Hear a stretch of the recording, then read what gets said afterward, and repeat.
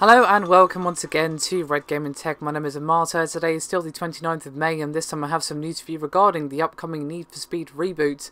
And to be honest, I think this is going to be a piece of news that will either be a shrug of the shoulders or a definite mark in the will not buy column, depending on where you stand on requiring an internet connection.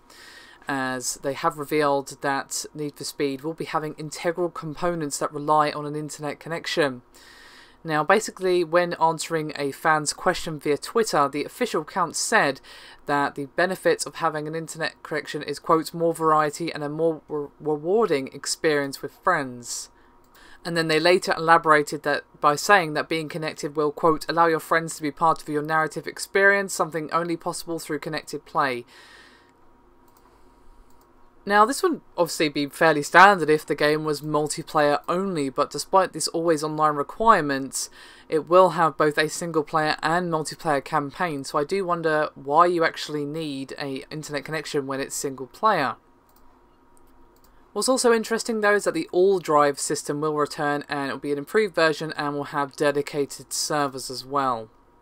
To be honest, in a single player game, you do not need always online. There's just no need for it.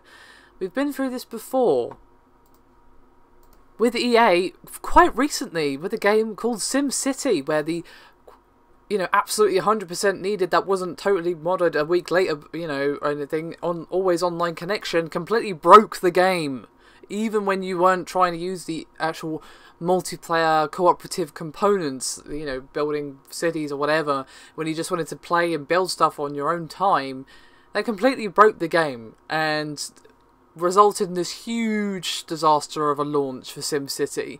You would have thought after that EA would have learned from this. Now obviously this is a different developer. This is Ghost Games. That was of course Maxis who did SimCity, but it's the same publisher.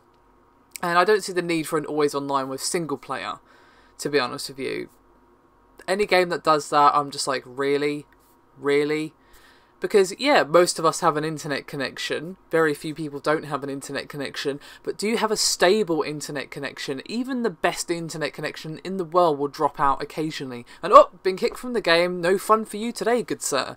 And what if you've got a slightly, crappy internet connection? What if you just have the audacity to live in an area that just does not have high-speed internet available?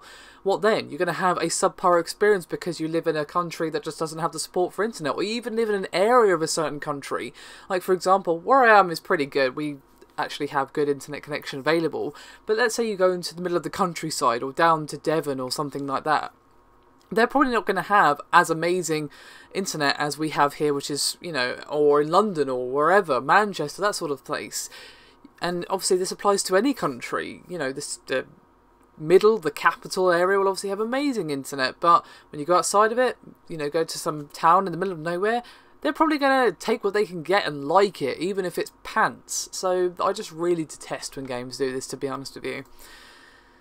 Sorry I got a bit ranty there, but this is a thing that I was hoping we were seeing the last of after the whole SimCity debacle. And that's obviously not the only game that's failed because of always online DRM, but it's the most recent and one of the most memorable ones, and it's the same publisher as well, so... Oh dear. Anyway guys, that's me done. Thank you very much for watching. I'll see you next time.